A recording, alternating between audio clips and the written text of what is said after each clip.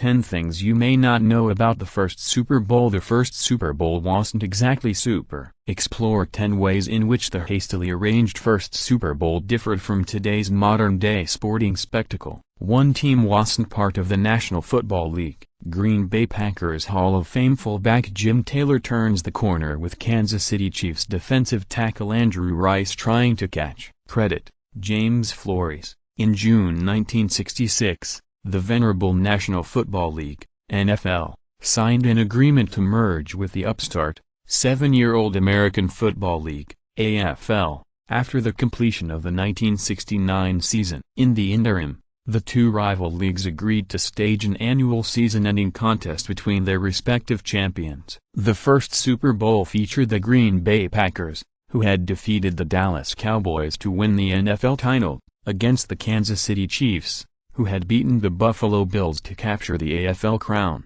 Legendary Packers coach Vince Lombardi, who had never so much as watched an AFL game on television, was wound extra tight leading up to the game. He felt pressure not only to win but to win big. "Oh, we got to win by 21 points to prove that the National Football League is superior to the AFL," Lombardi told his team, which were 13.5-point favorites.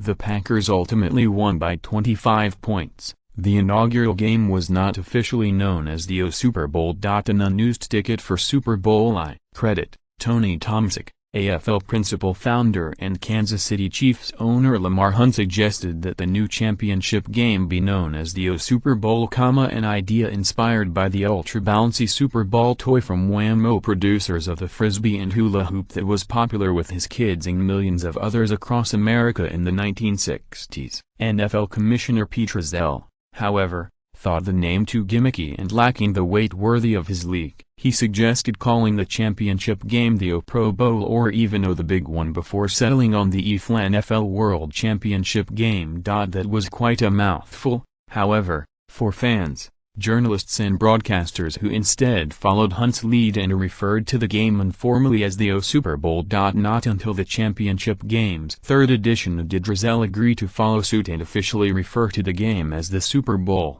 The location of the game wasn't decided until just weeks before kickoff. Credit: CBS via Getty Images. While host cities are now selected upwards of 3 years in advance, the Los Angeles Memorial Coliseum was not named as the site of the first Super Bowl until 6 weeks before kickoff.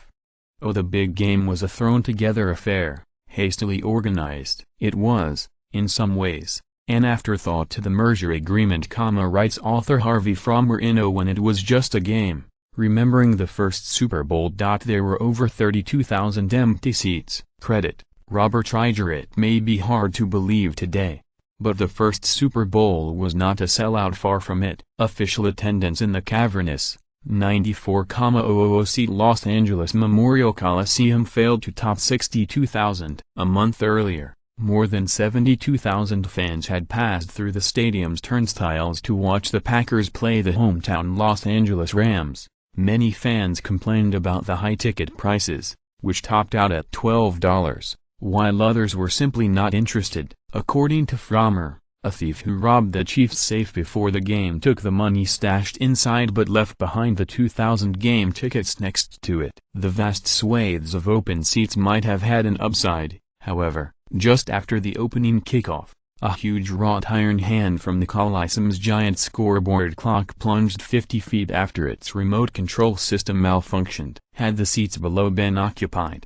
the mishap could have been deadly. The game aired simultaneously on two networks. Broadcast trucks for NBC and CBS lined up outside the stadium prior to Super Bowl I. Credit: Getty Images. Both CBS, which held the rights to broadcast NFL games, and NBC, which aired AFL games, paid $1 million for the rights to televise the first Super Bowl. While CBS produced the feed of the game, each network employed its own broadcast crews. The two networks fought for ratings points as furiously as the two teams on the field, and NBC ultimately emerged with a slightly larger audience. It remains the only joint broadcast in Super Bowl history. 15 million people were barred from watching the game. Football great and TV commentator Frank Gifford. Credit: CBS via Getty Images. Although the Super Bowl aired on two networks, NFL rules at the time required that its games be blacked out in the local vicinity. That meant that 15 million viewers within a 75-mile radius of the Los Angeles Memorial Coliseum could not watch the game without fashioning makeshift aerial antennae out of coat hangers and broomsticks in order to catch the signal from another television market.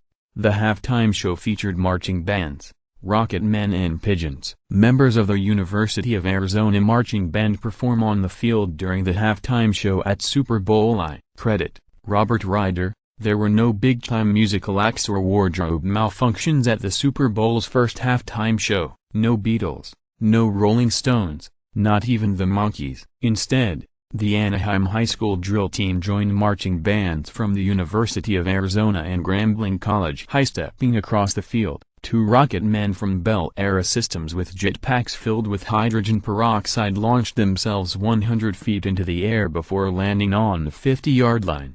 The halftime festivities peaked with the release of 10,000 helium-filled balloons and hundreds of pigeons, one of which according to Frommer left a Super Bowl souvenir on the typewriter of young sports writer Brent Musburger, who would later host the NFL Today pregame show on CBS. There were two second-half kickoffs. Credit, Focus on Sport. When the game resumed after the halftime show, the Packers kicked the ball off to the Chiefs, a play that half the country missed because NBC was still in a commercial break because a previous sideline interview with entertainer Bob Hope had run long. To the displeasure of Lombardi, referees whistled the play dead and told Green Bay to kick the ball off a second time. The Chiefs and Packers used two different types of footballs. Credit, Focus on Sport. The two rival leagues used two competing football brands, and both were employed in the first Super Bowl. When on offense, the Packers played with the official NFL ball, the Duke by Wilson.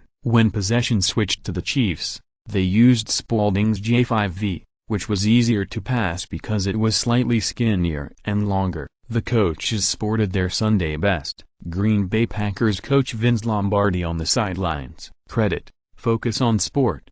Windbreakers and hooded sweatshirts may be the height of fashion among NFL coaches today, but the two opposing field generals in the first Super Bowl sported a more formal look. Chiefs coach Hank Stram prowled the sidelines in a dark blazer, white-collar shirt, tie and slacks, while Packers coach Vince Lombardi wore a short-sleeved dress shirt and tie.